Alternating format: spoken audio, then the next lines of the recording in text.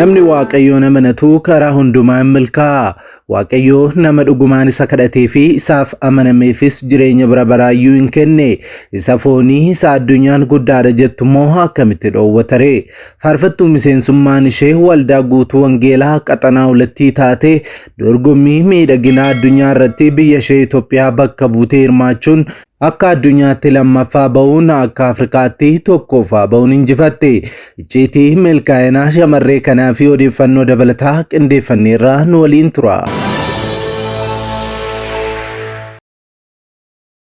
lammiileen Itoophiyaa 700 ta'an biyya Eeshiyaa Maayinaamaaritti uguramanii humnaan tola hojjetaa garbummaa jala turan gad lakkifamuu fi gara biyyaatti deebifamuun nagahame.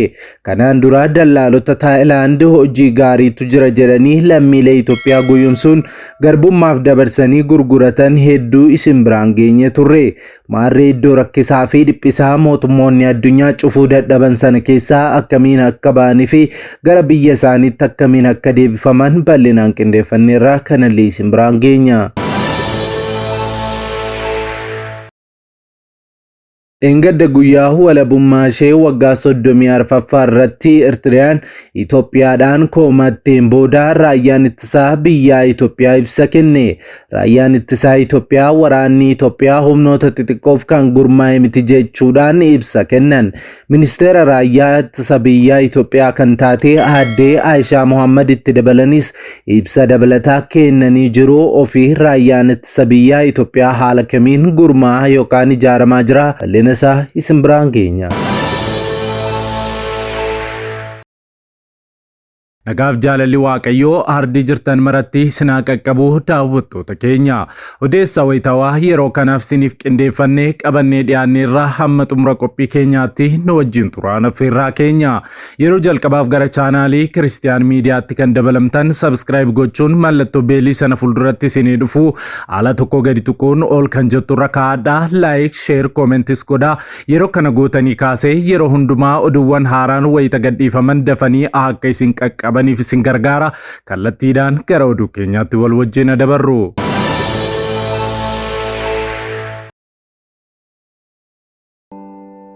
Viidiyoo kana like gochuudhaan jalqabaa. Faarfattuun miseensummaan ishee waldaa guutuu wangeelaa qaxanaa hulattii taatee fi tajaajiltuu waldattii taate dorgommii miidhaginaa addunyaa irratti biyya ishee Itoophiyaa bakka buutee hirmaachuun akka Afrikaatti nama jalqabaa yookaan tokkoffaa yoo taatu akka addunyaatti lammaffaa baate. Icciitii milkaa'ina shamarree kanaa ilaalchisee BBC'n gaaffiif deebii ishee wajjin taasiseera. Faarfattuun Itoophiyaa bakka buutee waltajjii addunyaa irratti injifatte kun obboleettii keenya Haseet Darajjee jedhamti. Faarfattuu waldaa guutuu wangeelaa qaxanaa hulattii kan taate Itoophiyaa bakka bu'uudhaan dorgommii Miss World 72ffaa biyya Indiyaa Haayidarabaaditti gaggeeffame irratti Afrikaa irraa tokkoffaa fi addunyaa irraa immoo lammaffaa baate. Barattuu Yuunivarsiitii Finfinnee waggaa lammaffaa injineringii fi faarfattuu waldaa guutuu wangeelaa Haseet Darajjee dorgommii Miss Itoophiyaa 2025 bara kanaa irratti Itoophiyaa bakka bu'uun Afrikaa irraa tokkoffaa fi addunyaa irraa lammaffaa baate. Bareedduuwwan addunyaa biyyoota adda addaa 800 ta'an irraa dorgommicha irratti hirmaachuun bareedduu addunyaa bara darbee lammii Cheek Riippaabilik irraa gonfoo fudhachuuf wal dorgomaa turan. Dorgommii xumuraa caamsaa 31 bara 2025 taasifameef dorgomtoonni 7 oliif dorgommii irra turuudhaan calalliin marsaa adda addaa gaggeeffameen dorgomtoota xumuraa 24tu darban. Isaan keessaa bareedduun Itoophiyaa bakka bu'uun hirmaattee Haseet Darajjee kanneen 24 kana keessaa filataman keessatti hammatamtees turte. Dorgommii miidhaginaa qaama qofaa utuu hin taane dandeettii addaa baay'ee cimaa ta'e gaafatuu fi karoora piroojeektii hawaasa keessatti jijjiirama fiduu danda'u qabaachuu gaafatu kana keessatti dorgommii akkamii taasisaa akka turte Haseet Darajjee BBC wajjin gaaffiif deebii taasifteetti. shamarree Hasseet Darajjee shamarree ganna 19 yoo taatu yuunivarsiitii saayinsii fi teeknooloojii Finfinneetti barattuu keemikaal injineeringiiti. Dorgommii calallii bareedduu addunyaa kan kanaan dura Afrikaa kibbaatti taasifamee ture injifachuun Itoophiyaa bakka buutee bareedduu addunyaa marsaa 72ffaa Hindii Haayidarabaaditti gaggeeffamu irratti hirmaatte. Abbaan ishee konkolaachisaa fi haadha ishee miseensa poolisii ta'an irraa magaalaa Finfinneetti kan dhalatte Hasseet barnoota isheen alatti fedhii muuziqaa, moodelingii fi tajaajila hawaasaa irratti qabduun carraa kanaaf ga'uu akka dandeesse himti. Kanaanis yuunivarsiitii fi dorgommii bareedinaa sadarkaa biyyaatti gaggeeffaman keessatti hirmaachuu kan eegalte yoo ta'u, milkaa'inaa fi muuxannoo biyya keessatti argatteen aadaa fi eenyummaa Itoophiyaa waltajjii addunyaa irratti beeksisuuf dorgommii bareedduu addunyaa bara 2025 kanaaf carraa argatte.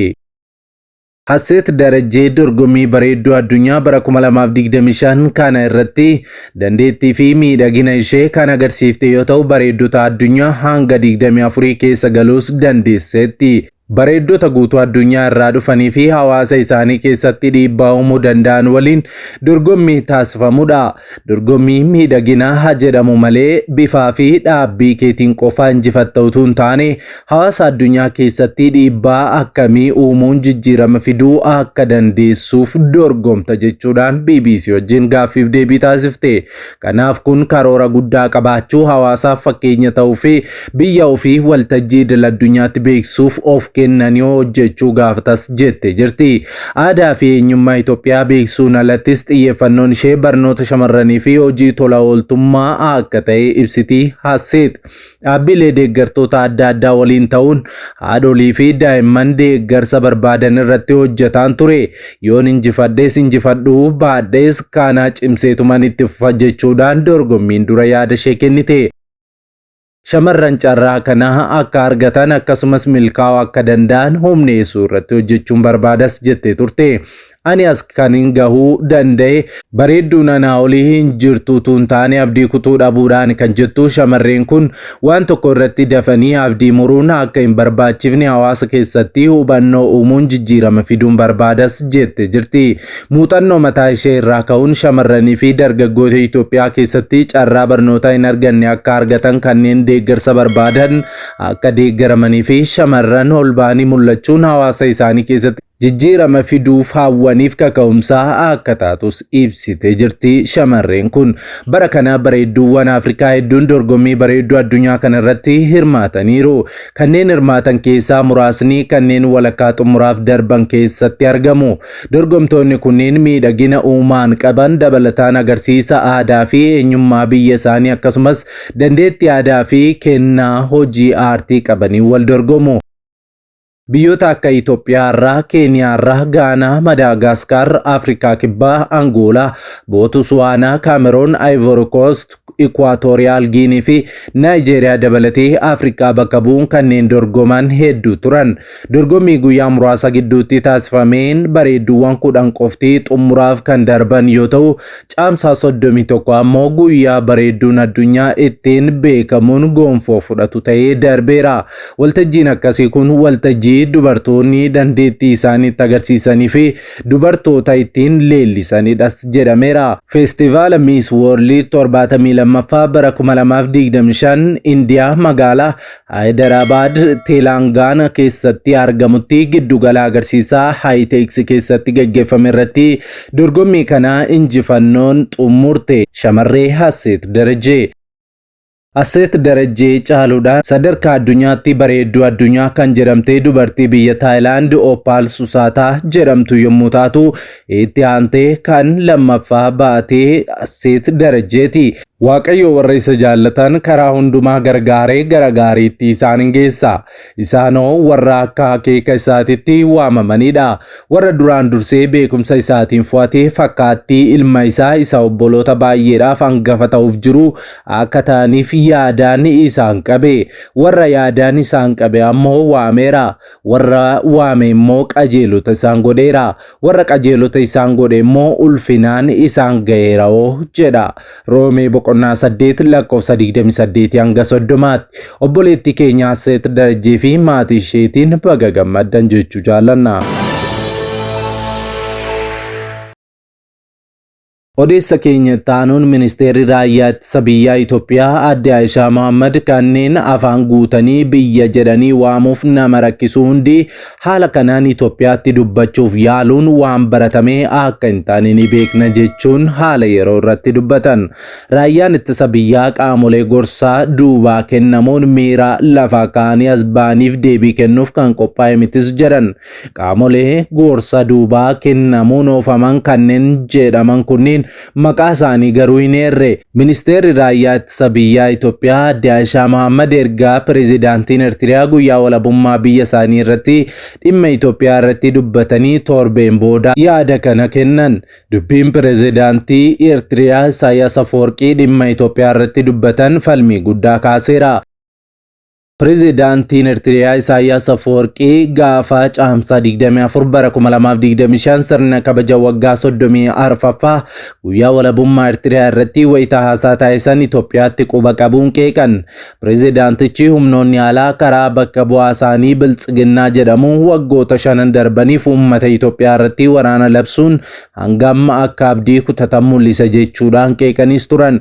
Mootummaan Itoophiyaa meeshaalee waraanaa bituu fi loltoota qopheessuu irratti xiyyeeffateera jechuudhaan simatan pirezidaanti Isaayyaas.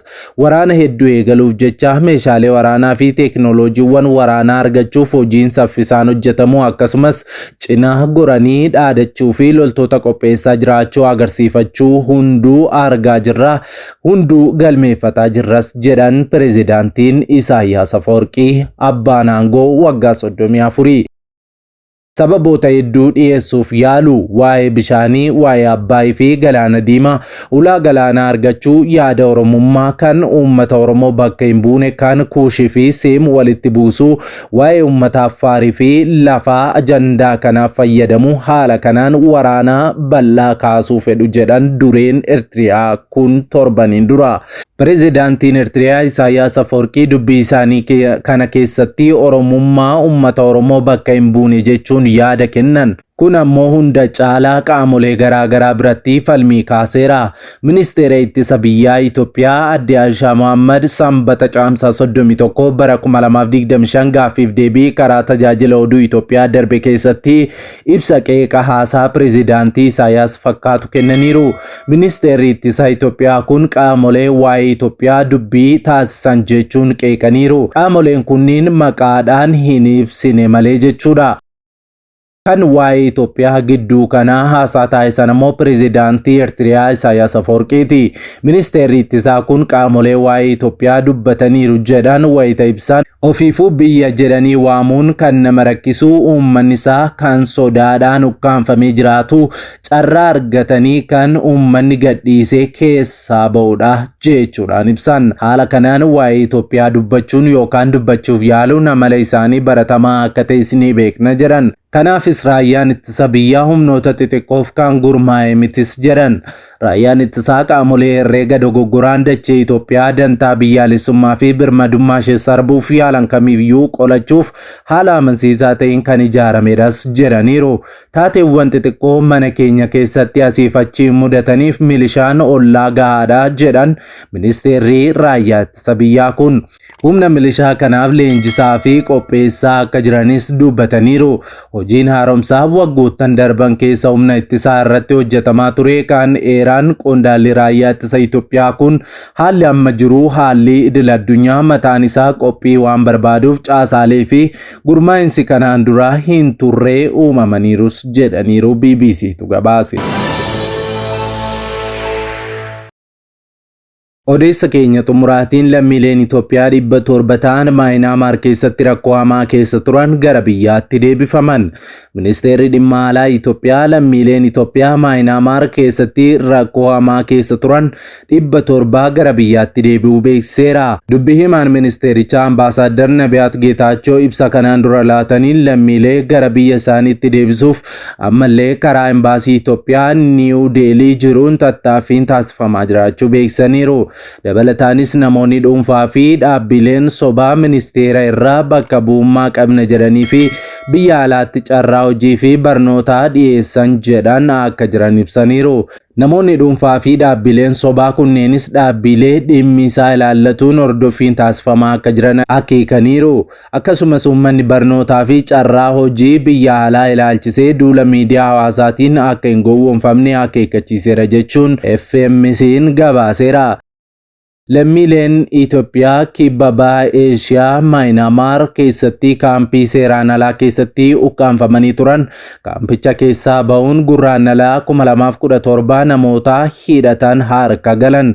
Lammiileen Itoophiyaa gareewwan hidhattoota adda addaa lama waraana Dimookiraatawaa Karembeen Voolaantii fi Boorder Gaard Foorsiitiin qabaman kun kaampii yeroo keessa turanitti haala rakkisaa keessa jiraachaa turaniiru. Miidhamtoonni kun baatii gurraandhalaa keessaa lammiilee Afrikaa fi biyyoota biroo keessaa namoonni biyya isaaniitti deebi'uu hin dandeenye Itoophiyaa qofa ta'uu eeruun iyyachaa turuun isaanii ni yaadatama. Walumaa galatti lammiilee Itoophiyaa 3,000tti dhiyaatan Maayinaamaar lafa ugguraa garbummaa keessa turan keessa namoonni 700 gara biyyaatti deebi'uun Addis Standard gabaasee jira.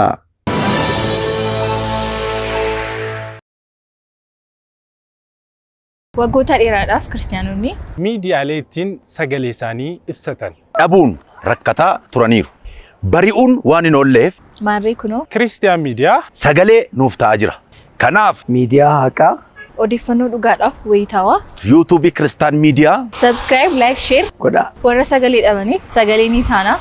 Yesuus fayyisaadha. Egaan daawwattoota Kiristiyaan miidiyaa qophiin yeroo kanaaf siniif qindeeffannee kanneen hanga ammaatti daawwattanidha. Yeroo jalqabaaf yookaan qophii keenya walakkaatti gara chaanaalii keenyaatti kan dabalamtan subscribe gochuudhaan mallattoo beelii sana fuulduratti sinii ba'u ala tokko gadi tuquun ol kan jettu irra kaawwachuu akkasumas like share gochuun saanduqa yaadaa keessatti immoo yaada keessan nu kaa'uu hin dagatina. Dabalataan karaa fuula weebsaayitii keenyaa www.christiannewsethiopia.com odeeffannoowwan kiristiyaanummaa afaan beektan afaan Oromootiin argachuu hin dagatina isiniin jenna. Liinkii isaa koomentii jalqabaarra isinii keenya. Sa'aatii muraasaa booddee odeeffannoo haaraaf gara biraatiin amma deebinee ol arginutti turtii gaarii isiniif haa ta'u. Nagaan tura.